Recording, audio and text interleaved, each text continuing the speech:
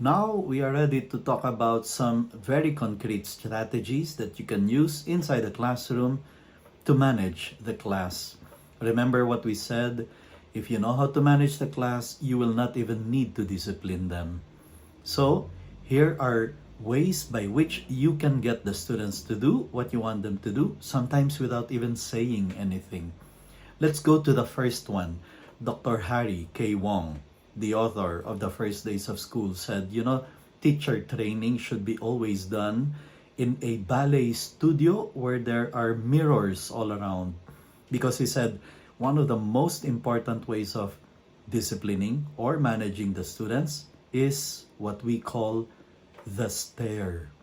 Ever noticed how expert teachers, master teachers, sometimes stand in the middle of the room and can get the class to keep quiet without saying anything? They just give the students the stare. That kind of look on your face, and then you look at the students, and then students start saying, "Hey, keep quiet. Ma'am is already upset. Ma'am is already here. Ma'am is already waiting for us to keep quiet." Now, why did they say upset? She was just standing there. She's not raising her voice. She's not even saying anything. That is the stare. Putting on that look on your face and then facing the students that says, "Keep quiet. I'm going to begin the class." Master teachers manage the class almost effortlessly. Well, this is what Dr. Harry Wong says, the strategy that we teachers should perfect: the stare. You look at the mirror and then you look at that kind of stare that will give the message of, "Oh, come on, class, I expect best behavior from you. Come on," without even saying anything. The thing is, sometimes we don't realize when we put on a stare, it is very scary. It is a stare that says, "I'm going to kill you if you do not keep quiet." We don't know our face because we don't normally look at ourselves in front of the mirror trying to rehearse this concrete strategy. And so that's the advice of Dr. Harry Wong. Look at yourself in the mirror and try to get that perfect stare. A stare that will communicate the message of, "Oh, come on, guys. I expect best behavior. You are part of my class. You know what I want you to do." That is sixth level of moral development. I have a personal code of behavior and I live by it. Here's the second strategy. It's the check system, and I used it for many years, and I was very happy to discover that one of the best teachers in the world, Ron Clark, actually used it.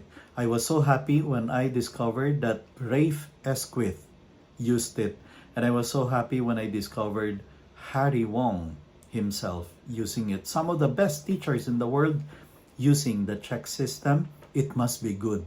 And here's how it works. Here's a principle first to keep in mind. Do not waste academic time in order to discipline. Do not eat up academic time in order to discipline. Ineffective teachers, for example, would stop teaching and then spend the next 5 minutes, 7 minutes, 10 minutes sermonizing or getting angry, upset at the students. That is wasting academic time. Principle of Harry Wong: do not waste academic time in order to discipline. And the check system is one way of being able to do that. Let's say, for example, I'm an English teacher and my subject with the students is subject-verb agreement. Here's how it works. Class, if the subject is singular, the verb should be singular. If the subject is plural, the verb should be plural. And then I noticed John and Joey talking with each other. They have decided to break rule number 2, no unnecessary noise. I'm not going to stop my lecturing. I'm not going to get angry. I'm not even going to call their names. Here's what I'll do. I will pick up the marker or the chalk calmly and then go to the board while still lecturing. I'll go to the board and write their names.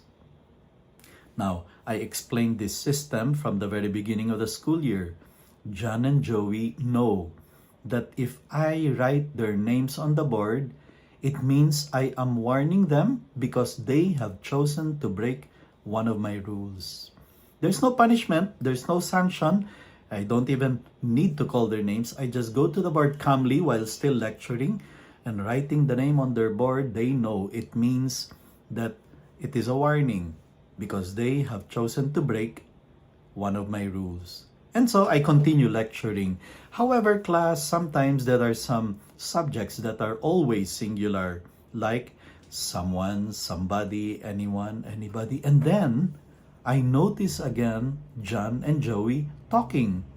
They again choose to break one of my rules. I'm not going to stop my lecturing. I'm not going to get angry. I just calmly pick up again the chalk or the whiteboard marker and I go to the board and put a check mark beside their name. I announce this at the start of the school year. They know what it means. If your name is written on the board with one check mark, it means you have to serve detention in recess or in lunch, whichever is coming up next, for 5 minutes. While everyone is rushing to go out for recess or for lunch, they have to stay inside the classroom for 5 minutes as the consequence for choosing to break one of my rules. And then I continue my lecture. Sometimes, however, there are some words that are intervening and therefore you can get confused if the subject is singular or plural.